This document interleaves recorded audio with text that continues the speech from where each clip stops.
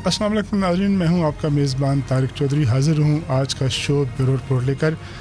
आपको पता है कि इस शो में हम मुख्तलिफ़ शोबा ज़िंदगी की शख्सियात से गुफ्तगू करते हैं, उनका नुक्ता नज़र जानते हैं और अपने शोबे के बारे में जो उनके मसाइल हैं, जो उनके मुतालबात हैं और जो उनका एनालिसिस है उसके बारे में भी गुफ्तगू करते हैं ताकि नाज़रीन तक जो है किसी भी इशू की सही तस्वीर पहुँच सके।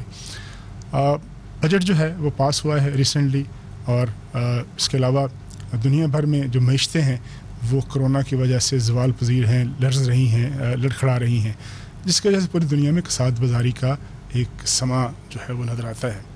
तो आज इस हवाले से एक मोस्ट रेलिवेंट शख्सियत Islamabad chamber of commerce and industry के प्रेसिडेंट हमारे साथ मौजूद हैं। उनसे बातचीत करेंगे, ताजरों के मसाइल क्या हैं, ज़िम्मेदारी क्या है और मौजूदा दौर में ताजर हज़रात, ताजर कम्युनिटी, बिज़नेस कम्युनिटी जो है वो किस तरह से चीज़ों को आगे लेकर बढ़ी, इन मौज़ूओं पर बात करेंगे। मोहम्मद अहमद वहीद साहब, आपका शुक्रिया, आप तशरीफ़ लाए। चंद हफ्ते गुजरे हैं, बजट पास हुआ है, हुकूमत का दावा है कि टैक्स फ्री बजट है और उस बजट में उसने अगर किसी पर कोई किसी को सहूलत नहीं दी तो किसी पर बोझ भी नहीं डाला। आप एक बिज़नेस कम्युनिटी के एक नुमाइंदे के तौर पर आप समझते हैं कि जो मौजूदा बजट है इससे हमारी इकॉनमी आगे बढ़ सकती है, बढ़ेगी, फ़ायदा होगा इसका? जो इससे पहले तो बहुत शुक्रिया आपका प्रोग्राम में बुलाने का। बजट की अगर मैं बात करूं तो बजट की जिस तरीके से हमाद अज़हर साहब ने तकरीर की ही थी और शॉर्ट स्पैन में जिस तरह से उन्होंने एक जेस्चर अपना फ्री दिया था उसके मुताबिक बजट को फ़ील नहीं किया गया। टैक्सेशंस नहीं लगाना वो तो रियलिस्टिकली पॉसिबल ही नहीं था, क्योंकि देखें जो स्ट्रक्चर पहले थे पिछले साल जब कोविड नहीं था वही स्ट्रक्चर अगर उठा के उसको बढ़ा के नहीं किया कोई टैक्सेशन, इट मीन्स कि कोविड की इम्पैक्ट की वजह से बिजनेस कम्युनिटी को एट अ ग्लांस किसी किस्म की कोई मराहत नहीं दी गई। सो इट मीन्स कि कोविड का इम्पैक्ट शायद पाकिस्तान में इन्होंने गवर्नमेंट ने हमारी फील नहीं किया, जिसकी वजह से बजट के अंदर कोई ये कैटेगोरिकली एक ये स्टेटमेंट दे देना कि हमने कोई नए टैक्सेस नहीं लगाए, बल्कि जो पुराने टैक्सेस थे उसमें भी छूट देनी चाहिए थी। अगर मैं बात करूं तो बहुत सारी एनॉमलीज, बहुत सारे प्रॉब्लम्स ऐसे हैं जो कि एड्रेस करने चाहिए थे इस बजट के अंदर, वो नहीं किए गए। देखें इस बजट के बदौलत आपको ही पता है पूरी दुनिया के अंदर कोविड जब आया है अनप्रेसिडेंटेड, कोई किसी को कुछ पता नहीं है हाउ टू टेक फॉरवर्ड, आपको अपना वे आउट किस तरीके से करना है। बिजनेस कम्युनिटी को जबकि इकोनॉमी का this was the first ever time in the history कि आपका पहिया रुक गया है, और जब इकोनॉमी का पहिया रुक जाए तो उसको उसका रिवाइवल करने के लिए, उसको चलाने के लिए यू हैव टू सी कि फ़ौरन से पहले इमरजेंट एक्शंस ऐसे कौन से करने चाहिए जिससे गवर्नमेंट को फ़ौरन रेवेन्यू भी कलेक्ट हो और इकोनॉमिक एक्टिविटी चलती जाए। टैक्सेशंस में ड्रॉप डाउन करने की बहुत शिद्दत से ज़रूरत थी, वो इसलिए क्योंकि टैक्स का हदफ एक टारगेट जो हम हमेशा देखते हैं कि टैक्स का हदफ बजट में सेट कर दिया जाता है कि नया टारगेट इज़ दिस मच। इस टाइम पे we categorically unanimously from all the chambers हमने इनको ये प्रपोजल दी थी कि नो डाउट कि आपने टैक्स ब्रैकेट्स अपनी सेट करनी है, टारगेट सेट करने हैं, लेकिन this should be called as the survival और revival of the business activity. Cash flows के इतने इश्यूज थे जिसमें हम ये समझते थे कि रिफंड्स जो मिलने चाहिए थे रिफंड्स नहीं मिल पा रहे। अब रिफंड्स का इतना ज़्यादा बैकलॉग इकट्ठा हुआ है एफबीआर के अंदर कि वो रेवेन्यू की शक्ल में गवर्नमेंट को भी या बाकी डिपार्टमेंट्स को भी वो शेप अप करके दिखाया जाता है। रिफंड के इशू पे हम आगे बढ़ेंगे तो बात करेंगे, लेकिन इस वक्त जब हम कोविड की बात कर रहे हैं, पहले हमने दुनिया की बात की, फिर हमने बजट की बात की। जो कोविड-19 है उसका पाकिस्तान की बिज़नेस पर, ट्रेड पर, बिज़नेस कम्युनिटी पर, ट्रेड कम्युनिटी पर क्या असर पड़ा है? किस तरह से वो उन पर वो इफ़ेक्ट कैसे हुआ है? लॉकडाउन ने कैसे इफ़ेक्ट किया उनको? सब देखें आपको भी बहुत अच्छे पता है इस चीज़ का कि हमारी जितनी भी इकॉनमी है it is mostly 80% if I से कि जितनी भी इंडस्ट्रीज़ हमारी चल रही हैं वो 80% इम्पोर्ट ओरिएंटेटेड है। कि जितनी भी इम्पोर्ट, हमारा इलेक्ट्रिसिटी प्रोड्यूस करने के लिए ऑयल इम्पोर्ट होता है, हर चीज़ it's basically import orientated economy. अब उसके ऊपर आपका बजट कोविड की वजह से आपका हर चीज़ का जब एक स्टैगनेंट हो गया, आपका हर चीज़ कोई रुकी, इकॉनमी चल नहीं रही, तो इस वक्त बिजनेस कम्युनिटी के अंदर सर्वाइवल का इसलिए मुश्किल था because liquidity crunch was the badly affected. Liquidity इसलिए इश्यू था सर कि अगर मैं आपको अनरियलिस्टिकली एग्जांपल दूं तो एक कंपनी के पास 100 रुपये थे, 100 रुपये के अंदर आपके इंपोर्ट बिल्स आते जा रहे हैं जो कि इंपोर्ट आपकी पोर्ट के ऊपर चौक होती जा रही है, उसके ऊपर डैमरेजेस पड़ते जा रहे हैं, डैमरेज भी वेव ऑफ नहीं हो रहे। अब उसको पैसे क्लियर करने के लिए हमारे पास इतने पैसे नहीं थे, 50 रुपये आपके इंपोर्ट बिल्स के अंदर तहत के वो फंस गए, 25% आपका जो है वो रॉ मटेरियल जो फिनिश गुड्स की शक्ल में है वो आपके प्रेमिसेस के अंदर पड़ा हुआ है जो कि सेल नहीं हो रहा, लॉकडाउन में ना आपका वो सेल हो रहा है, बाकी जो 25% लेफ्ट ओवर है वो आपकी रिकवरेज जो आपको मार्केट से पैसा आना है। सो एक बिल्कुल एट अ होल आप स्टैंड स्टिल की पोजीशन पे खड़े में, उस पोजीशन के ऊपर लिक्विडिटी का एड्रेस आपको तो आप एम्प्लॉयज़ ले ऑफ करना शुरू कर दिया, आपने देखा बड़े बड़े लार्ज मैन्युफैक्चरिंग यूनिट्स ने ले ऑफ करना शुरू कर दिया, बैंकों के मार्कअप क्रूड होना शुरू हो गए, तो this was the most devastating impact on the economy. तो आपके ख्याल में ये सिर्फ लॉकडाउन का असर था? देखिए सर, लॉकडाउन हमें बिजनेस कम्युनिटी बड़ी वाइब्रेंट सोसाइटी है, इसमें दे डू नो डाउट के प्रॉफिटाइजेशन करनी होती है, प्रॉफिट मेकिंग करनी होती है, बट जब आप फंसे हुए होते हैं they even want to sell it forcefully, sell it and make a loss. अब आप लॉस करने के लिए भी तैयार है लेकिन आपको कोई एक्टिविटी नहीं है लॉकडाउन की वजह से, वो कहाँ जाके बेचे? तो lockdown has badly affected the economy. लेकिन लोग मर रहे थे, बीमारी फैल रही थी, फिर क्या करना चाहिए था हुकूमत को? लॉकडाउन न करती तो क्या करती? देखें, इस चीज़ का तो बिल्कुल गवर्नमेंट के साथ we stand by with this कि जो भी गवर्नमेंट का डिसीजन था लॉकडाउन करना है करें, लेकिन हम ये चाहते थे कि हमें मराद दी जाती। मराद क्या दी जाती हैं कि हमारे जो इम्पोर्ट्स बिल आ रहे हैं जो कि आज से 3 महीने पहले LC इस्टेब्लिश हो गई है जो आ रही है, उसमें ये कर दें कि उनके जो इम्पोर्ट बिल्स हैं वो बैंकों को रिक्वेस्ट करके, स्टेट बैंक को करके डेफरमेंट कर दें उसको 3 महीने की। जो मार्कअप्स को कैलकुलेशन हो रही थी, अब बैंकों को जब सारी दुनिया लॉकडाउन पे, पूरा पाकिस्तान लॉकडाउन पे, तो ऐसी कौन सी मुसीबत है कि बैंकों ने एग्जैक्ट क्वार्टर के ऊपर 30th ऑफ मार्च को without any auto debit authority के तहत उन्होंने अपने मार्केट से अपने डिडक्ट कर लिए। जब आप यानी आप कह रहे हैं कि कारोबार बंद हैं लेकिन जो आपसे मार्कअप लेना था उसके नोटिस आ गया कि वो अदा करें। जो भी हमारी फाइनेंशियल लायबिलिटीज बनती थी गवर्नमेंट ने उसमें किसी किस्म की हमें मराहत नहीं दी। सो दिस वाज द एक तासर ये है कि लॉकडाउन हुआ और उसके बाद लॉकडाउन ख़त्म हो गया, अब स्मार्ट लॉकडाउन की बात हो रही है, जगह जगह सिलेक्टेड एरियाज़ हैं, बड़ी ताकतवर कम्युनिटी है, बिजनेस कम्युनिटी, ट्रेडर कम्युनिटी, आपने दबाव डाला, दबाव जो है वो कबूल कर लिया गया और जो कमिटमेंट्स की थी आपने, आपके मेंबर्स ने, आप कम्युनिटी ने कि जी SOPs पर अमल दरामद होगा और जो है वो हमें खोल दें, जब खोला गया तो उस पर अमल दरामद नहीं हुआ और जो आपके हिस्से का काम था, दुकानदार का, ताजर का, वो नहीं हुआ, जिसके नतीजे में ये जो ईद के दिन थे उसमें बीमारी फैली। तो आपने समझते हैं कि आपकी कम्युनिटी जिम्मेदार है इस बात की कि इसका फैलाव हुआ? देखिए सर, मैं आपको जो सब एक कैटेगोरिकली इस आपके जितने भी नाज़रीन सुन रहे हैं, मैं पहले भी बहुत दफ़ा कह चुका हूँ, जिस टाइम पे हमारी रिक्वेस्ट के ऊपर लॉकडाउन को ईज़ आउट किया गया, थोड़ा सा खोला गया, DC साहब ने जो इंस्ट्रक्शंस जैसे ही शूट आउट की, I personally went to all the Islamabad markets, majorly जितनी मैं जा सकता था, मार्केट्स के सदूरों के साथ जाके मैंने बात की, उनको कैटेगोरिकली रिटन एक लेटर भी लिखा जिसमें ये मेंशन किया ब्रीफली कि किसी भी किस्म की जो भी SOPs की अगर ख़िलाफ़ वर्जी हो रही है तो we are not going to be responsible for it. हमने क्लियर इंस्ट्रक्शंस दी हुई थी DC साहब को कि आपका अगर कहीं पे आप देखते हैं कोई ऐसी शॉप या कोई भी ऐसा बिजनेस जिसमें SOPs फॉलोज नहीं हो रहे, आप उसको चाहे जाके सील करें, चाहे आप जाके उसको पेनलाइज करें, यू हैव फ्री अहेड। देखिए सर, बिज़नेस कम्युनिटी के अंदर कुछ गलत अनासर पैदा करने वाले लोग भी होते हैं, लेकिन मैं आपको खुद पर्सनली जो मैंने देखा है वो मैं आपको बताऊं तो रश पब्लिक की तरफ से है। जितनी भी शॉप्स में दुकान खुलेगी, प्लाजा खुलेगा, मॉल खुलेगा तो रश तो होगा। आपने किस लिए खोला था? कारोबार के लिए खोला था ना।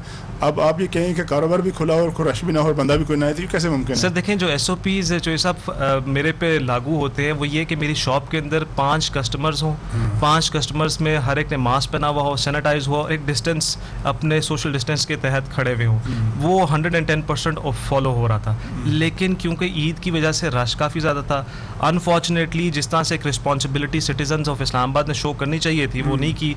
शॉप के अंदर 5 बंदे हैं लेकिन शॉप के बाहर 50 बंदों की लाइन लगी हुई है, तो वो जो लाइन लगी हुई है that is not the responsibility of the business community या business shopkeeper, that is the responsibility of the administration to control it.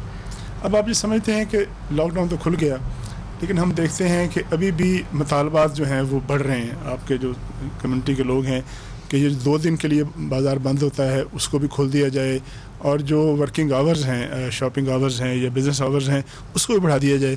कहीं बात रुक नहीं रही। यानी सबको पता है कि अगले 1 महीना तकरीबन बाय द एंड ऑफ अगस्त जो है, अभी ये वबा का जोर है, लेकिन मुतालबा और दबाव जो है वो बढ़ता जा रहा है कि नहीं, उसको भी जो थोड़े बहुत पाबंदी हैं उसको भी ख़त्म कर दें। तो साहब, गवर्नमेंट चलती किसके ऊपर है? We are the business community, जिसके ऊपर गवर्नमेंट अपना बजट भी डिज़ाइन करती है, गवर्नमेंट के रेवेन्यूज़ भी कलेक्ट होते हैं, सारा कुछ होता है। हम उनको सिर्फ ये कर रहे हैं, देखें अगर तो अनजस्टिफाइड है, हम उनको सिर्फ बता रहे हैं। अगर वो समझते हैं कि बिल्कुल ये चीज़ गलत है तो हमें क्लैरिफाई किया जाए। हम ये प्रपोज कर रहे हैं कि कम ड्यूरेशन की वजह से रश ज़्यादा क्रिएट होता है। सैटरडे संडे ऑफ करने का कोई मतलब मुझे समझ नहीं आती कि क्या why we are having this imposition of this Saturday Sunday के लॉकडाउन किया जाए।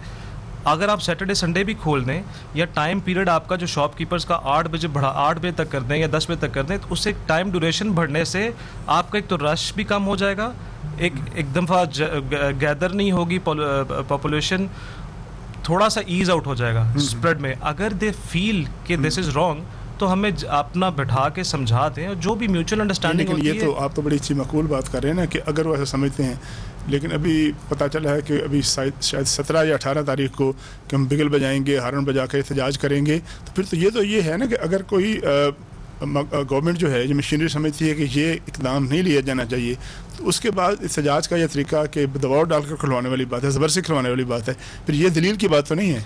तो सर देखें, मेरी एक विश है, मेरी एक ख्वाहिश है, मैंने आपको जाहिर कर दी, लेकिन अब गवर्नमेंट का रिस्पांस बनता है कि उसको एड्रेस करके फ़ौरन फीडबैक तो दें।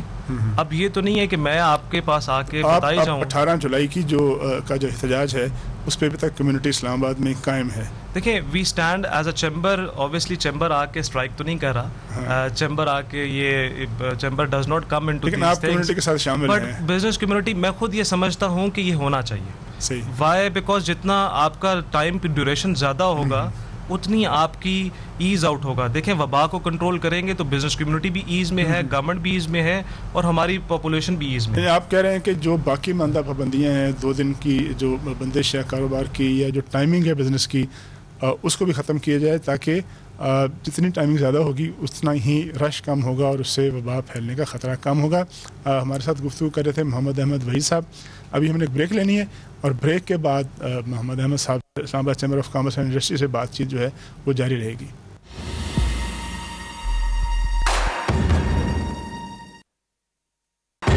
आते हैं, हमारी इकॉनमी के लिए भी बड़ा अच्छा है कि जो ब्लैक मनी बाहर निकल गया हुआ था वो भी वापस आ जाएगा। फिर भी अब उसको पैकेज को अनाउंस किए हुए आज मेरे ख्याल से मोर लेस कुछ 2-3 महीने गुजर चुके हैं, लेकिन अभी तक इम्प्लीमेंटेशन नहीं हो पाई। क्यों? क्योंकि उनकी ख्वाहिश है कि हर चीज़ ईज़ ऑफ डूइंग बिजनेस के तहत हर SOPs जो भी आपने बनाने हैं under one roof, one window operation, हर चीज़ में। में रुकावट क्या है? ज़िल इंतज़ामिया है, प्रोविंशियल गवर्नमेंट है, ब्यूरोक्रेसी है, कहाँ आकर रुकावट होती है? देखिए सर, डिलीवरेंस निचले लेवल पे अगर आप मैं से बात पूछें, अगर मैं कैपिटल की बात करूं तो टॉप हायरार्की से डिसीजन आ गया, अब इम्प्लीमेंटेशन निचले लेवल ने करनी है। वो क्यों नहीं की जाती, मुझे ये समझ नहीं आती। आज अगर एक नक्शा भी अप्रूव कराना है, उसके अप्रूवल में मतलब मुझे एक बात बताएं, as a citizen, as a tax payer, as a businessman, मेरा क्या सर ये फ़र्ज़ बनता है कि मैं फाइलें लेके डिपार्टमेंट का जो काम है मैं वो खुद अपने हाथ से कराने लग जाऊँ? ताजिर का ये काम तो नहीं है ना, जो इन्वेस्टर है उसको तो आसानी होनी चाहिए। तो this is not ease of business, this is not ease of doing business. मेरा काम ये बनता है कि आज इस तारीख को मैंने अपनी फ़ाइल जमा कराई है, और तो वो मुझे रिसिप्ट में ये दे दें कि फ़लाँ तारीख को आप आके अपना जो भी whatever the decision you will take it. But वो होता ही नहीं है, और 4-5 महकमे जो भी करने हैं इनको क्लब करके वन विंडो वाला कॉन्सेप्ट है वो गुफ्तगू की हद तक है, प्रैक्टिकली अभी तक कुछ भी उसके अंदर कोई भी सदबाब या कोई डिलीवरेंस नज़र नहीं आ रही। अच्छा, ये बताइए कि एक शिकायत होती है ताजिर हजरात के साथ, कम्युनिटी के साथ, कि वो टैक्स देने से कतराते हैं, डॉक्यूमेंटेशन से कतराते हैं। अभी एक ज़ाब्ता बना के जी अगर 50,000 की सेल होगी तो उस पर उस जो लेने वाला है, कस्टमर है, उसका ID कार्ड लिया जाएगा। उस पर शोर मचाया, नहीं माना, अभी भी वो मामला चल रहा है। कभी वो 1 लाख तक बात जाती है, कभी 50,000 तक आती है। दुकानों पर करोड़ों रुपए का सामान पड़ा होता है, लेकिन लोग टैक्स जो है चंद हज़ार रुपये दिया होता है। तो क्यों हमारी पाकिस्तान की कम्युनिटी जो है वो डॉक्यूमेंटेशन पे क्यों नहीं आती? ये झटका अंदाज क्यों अपनाती है बिजनेस का? So, सब as a president of Islamabad Chamber, as a spokesperson of the business community of Islamabad, मैं आपको कैटेगोरिकली एश्योरेंस देता हूँ कि किसी किस्म का टैक्स एवेजन ना बिज़नेस कम्युनिटी चाहती है, ना करती है। जितना टैक्स बनता है बल्कि उससे ज़्यादा देती है। अब आप और आपके वो व्यूअर्स सारे देख रहे होंगे ये ज़्यादा कैसे देती है। जब 30th of June आ रहा होता है तो हम अगले साल की जो एडवांस पेमेंट्स होती हैं उसको एडवांस टैक्स के तौर पे भी दे देते हैं। लेकिन ऑब्वियसली यू अंडरस्टैंड कि कुछ ऐसे फैक्टर्स या कुछ ऐसे होते हैं सेगमेंट्स सोसाइटी के अंदर जो कि नहीं दे पाते। जो CNIC की कंडीशन है, पिछले देखें टैक्स पेयर हमारे थे कितने, 2.2 मिलियन आबादी है आपकी 220 मिलियन की। 2.2 मिलियन के ऊपर सारा जोर पड़ा हुआ है। हदफ आप फिर इंक्रीज कर देते हैं, उन्हीं से आप निचोड़ के फिर दोबारा अपना हदफ कर देते हैं। आपके टैक्स पेयर्स नहीं बढ़ रहे, यानी तादाद में इजाफा नहीं हो रहा है, तादाद वॉल्यूम में इजाफा हो जाता है, उन्हीं लोगों से लिया जाता है जो पहले दे रहे हैं। अब उनसे आप कितना ले लेंगे? मेरे से अगर आपने टैक्स लेना है तो वो कितना ले लेंगे आप? देखें, बाय द वे इस हुकूमत के अंदर कोई टैक्स ब्रैकेट्स बहुत ज़्यादा नहीं है। देयर वर दोज डेज जिसमें टैक्स ब्रैकेट्स बहुत ज़्यादा थी, टैक्स कलेक्शन के जो है हदफ बहुत ज़्यादा थे, ब्रैकेट्स बहुत ज़्यादा थी, उसमें हमारा इसमें वो चीज़ नहीं है। लेकिन एक ये जो कंडीशन है CNIC की, इसने बहुत सारी चीज़ें एट हॉल्ट कर दी। मैं आपको सेल नहीं कर सकता और फिर मैनिपुलेशन भी होने लग गई कि CNIC कंडीशन में कि CNIC वैसे डालना शुरू कर दिया। हाउ इट इज़ पॉसिबल कि 50,000 रुपये या 1 लाख रुपए के अंदर इस तरह से? तो आपके शबर जैदी साहब ने जिस तरह से क्रैकडाउन शुरू किया था तो चलेगा, वो तो फिर सर आपका तो इस टाइम पे 7-8 मिलियन टैक्स पेयर बन जाना चाहिए था। अब हमने जो प्रपोजल दी थी, हमने ये प्रपोजल दिए सर, आपने बिल्कुल ड्रिल डाउन करके एंड कंज्यूमर के ऊपर आ गए। हमने ये नहीं कहा कि सर आपके जो अगर आपने करना है पहले आपके कमर्शियल मीटर्स जितने लगे हुए हैं, जितने पूरी पाकिस्तान के अंदर कमर्शियल मीटर्स हैं, उनको फर्स्ट ऑफ ऑल आप टैक्स नेट में लेकर आएँ। आपके पास बिल आते हैं, that is the emergent source, आपके पास राइट एक्टिव सोर्स है, उसको ले आए। यहाँ आप अपना अगर होल सेलर्स को पहले ले आए, मैन्युफैक्चरर्स के बाद होल सेलर्स ले आए, फिर रिटेलर्स ले आए, फिर एंड कंज्यूमर लेकर आए। अगर आप क्रैकडाउन डायरेक्ट उसके ऊपर करते हैं, पैसा सर ना बिजनेस में मैन्युफैक्चरर्स के पास पड़ा होता है, ना होल सेलर्स के पास पड़ा होता है, ना रिटेलर्स के पास पड़ा होता है। अगर पड़ा होता है तो इनकी कमोडिटीज की शक्ल में पड़ा होता है, वो पैसा तो एंड कंज्यूमर के पास पड़ा होता है। अच्छा, ये बताइएगा कि एक्सपोर्टर्स जो हैं हमारे मुल्क में, पाकिस्तान में ज़ाहिर है बहुत कम हैं, लेकिन महदूद अशिया हैं जो हमारे पास एक्सपोर्टेबल हैं, उनके क्या मसाइल हैं, वो किस तरह से महसूस करते हैं ख़ासतौर इस एनवायरनमेंट में? देखिए सर, ये मेरी अपनी हमने काफ़ी मुलाकात हुई हैं मिनिस्ट्री ऑफ कॉमर्स में, रज़ाक दाऊद साहब से भी मुलाकात हुई है। मैं ये ख़ुद समझता हूँ कि हमारा ये जो डिसीजन है कि एक सर्टन एक स्पेसिफिक सेक्टर्स को आपने एस्केलेट करने के लिए मराद दे देते हैं या SROs दे देते हैं, it should not be like this. या हमें एक तो इस बजट में हमारी एक्सपेक्टेशंस थी कि ज़ीरो रेटिंग दोबारा बहाल कर दी जाएगी एक्सपोर्टर्स के लिए, वो नहीं हुई। आई पर्सनली बिलीव कि आपको अक्रॉस द बॉर्डर आपको हर एक चीज़ के ऊपर इंसेंटिवाइज्ड इस तरीके से नहीं करें, बस गिव देम इंसेंटिव कि हमारी sir as far as a businessman मेरे पास किसी किस्म का एक्सपोर्ट का ऑर्डर आता है which brings dollars into my country, foreign remittance मेरे पास आती है तो मैं एक्सपोर्ट कर दूं। I should not be required to give the justification कि यार मैं अपनी डॉक्यूमेंटेशंस करूं या पहले मैं SRO के अंदर फॉल करूं या मुझे किसी किस्म की कोई और डॉक्यूमेंटेशन में लगा दी जाए। मैं एक्सपोर्ट किया है, मुझे फ़ौरन जिस टाइम पे मेरी GD फाइल होती है एक्सपोर्ट की, द वेरी वीक और 10 डेज़ या मंथ में मुझे उसका जो भी ड्यूटी ड्रॉबैक है वो क्लेम मिल जाए। इस पर्टिकुलर स्कीम के अंदर इस टाइम पे हमारी ई-कॉमर्स जो कि स्टैगनेंट है, जिसको ग्रोथ नहीं मिल पा रही, इस पर्टिकुलर चीज़ को करने की वजह से बहुत ज़्यादा मिलेगी। Now if I come to the large scale units जिसमें हमारी टेक्सटाइल सेक्टर है, जिसमें हमारी बाकी सीमेंट है और बाकी चीज़ें हैं, हमारे पास एक हिट हार्ट बहुत ज़्यादा इस वजह से भी हो रहा है कि जैसे मैंने पहले बात की कि 80% इम्पोर्ट ओरिएंटेड यूनिट, मैन्युफैक्चरिंग के लिए सारा कुछ रॉ मटेरियल उधर से आता है। डॉलर की जो फ्लक्चुएशन है उसने बहुत ज़्यादा हिट हार्ड कर दी। अच्छा, एक चूँकि हमने ब्रेक लेनी है, एक्सपोर्टर्स की बात हमने काफ़ी डिटेल से की है।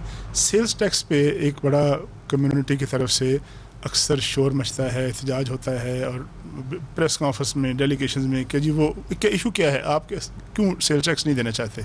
सर देखें, सेल सेल टैक्स देना चाहते हैं और दे भी रहे हैं और बल्कि ज़्यादा भी दे रहे हैं और बल्कि गवर्नमेंट को भी फेवर कर रहे हैं। वो कैसे? हमारा सेल टैक्स के अंदर एक बहुत सिवियर प्रॉब्लम है जो कि highlight it is one of the burning issue which we have highlighted across all the ministries relevant departments. FBR के पास भी वी वर एक्सपेक्टिंग कि शायद इस एफबीआर के अंदर बजट के अंदर हमारा वो हो जाए। उसमें है क्या सर, मैं पोर्ट के ऊपर सेल टैक्स दे के आता हूँ, 17% दे के आता हूँ सेल टैक्स।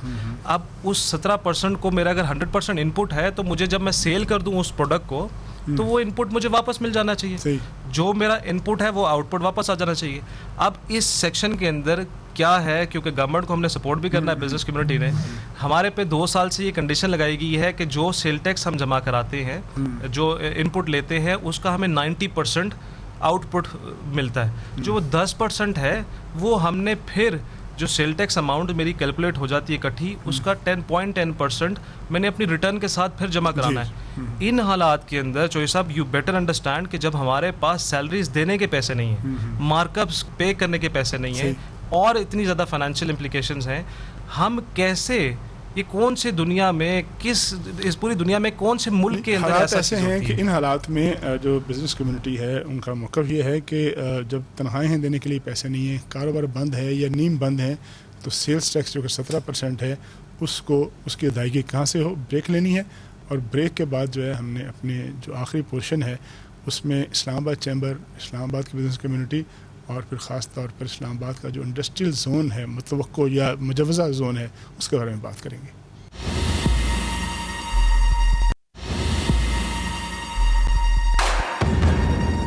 Welcome back. वक्फे से पहले बातचीत हो रही थी हमारे मेहमान से, एक मरतबा फिर गुफ्तगू करेंगे।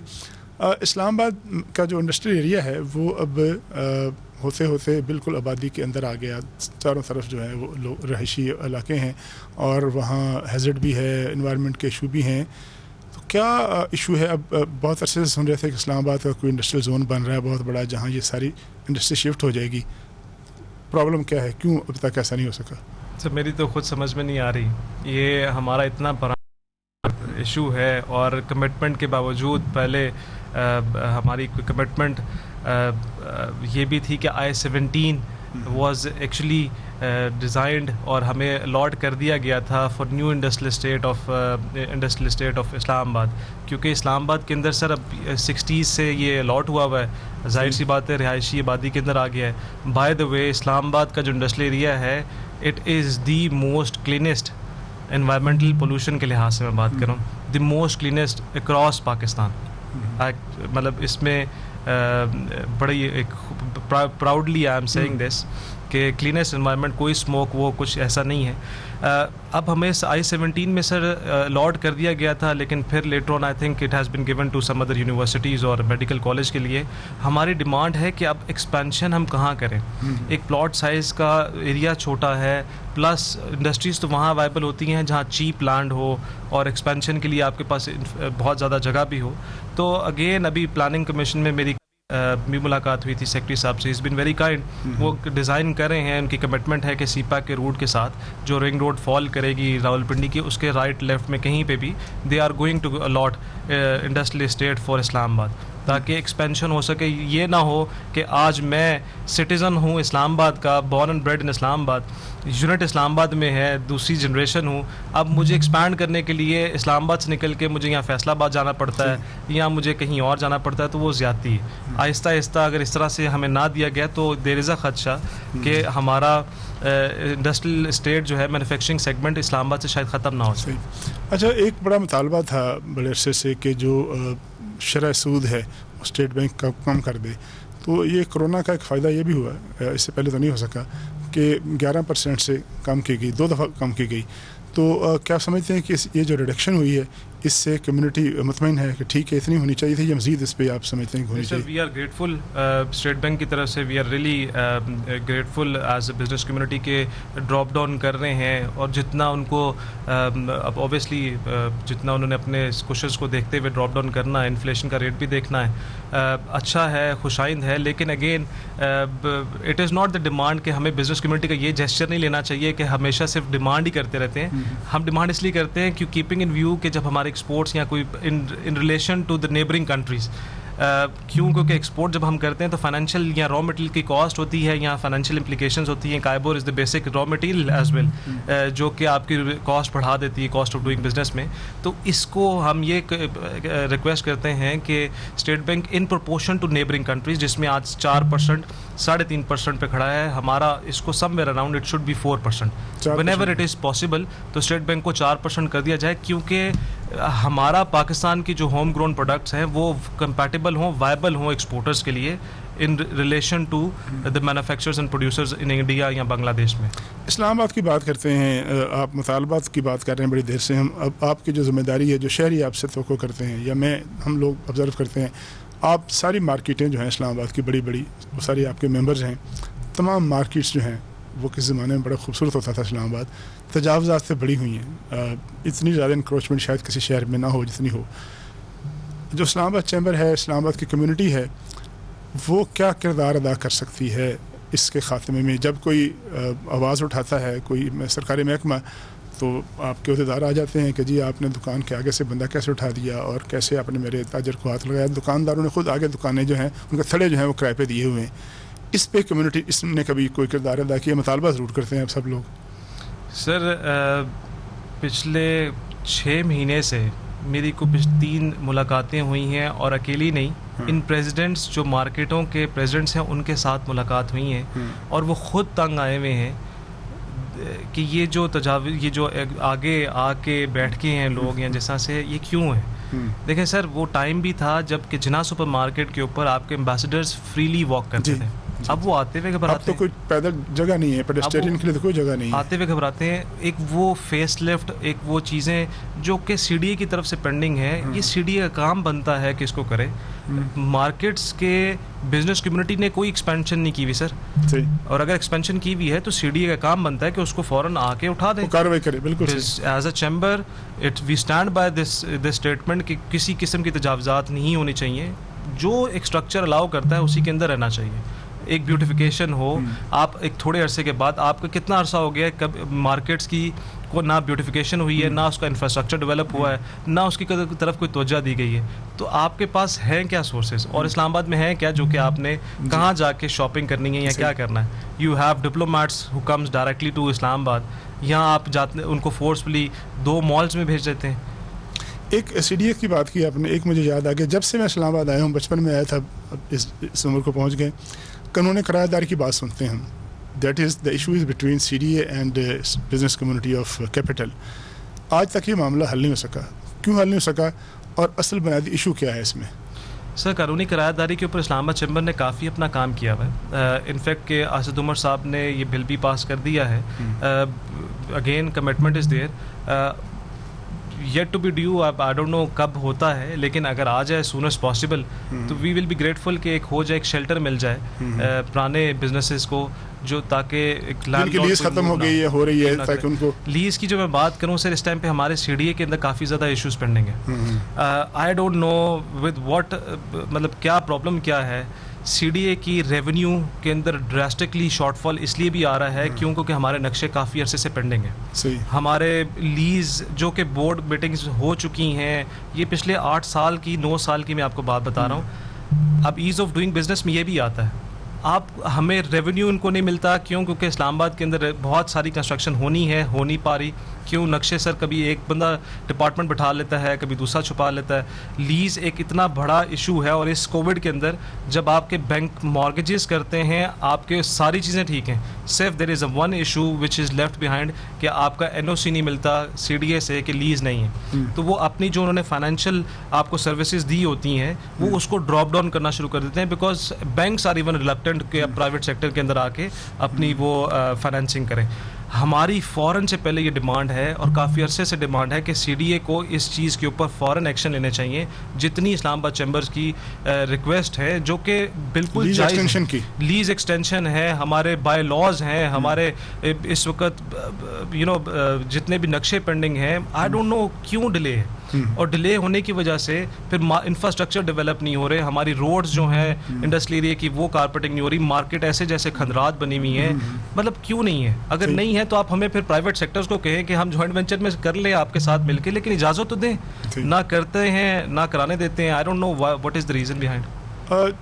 इस मुल्क में एक लोगों का तासर है, गलत हो सकता है, मैं उस तासर का हामी हूँ वैसे, कि जब भी इस मुल्क में कोई महंगाई होती है, ज़ख़ीरा अंदोज़ी होती है, चीज़ें महंगी होती हैं, अनड्यू, हर 2 महीने बाद एक साइकिल आता है, कोई ना कोई 2-4 चीज़ें जो हैं वो इस तरह महंगी हो जाती हैं, कंट्रोल से बाहर होती हैं। एक उसका पहलू तो यह है कि इंतज़ामिया उस पर कार्रवाई करती है।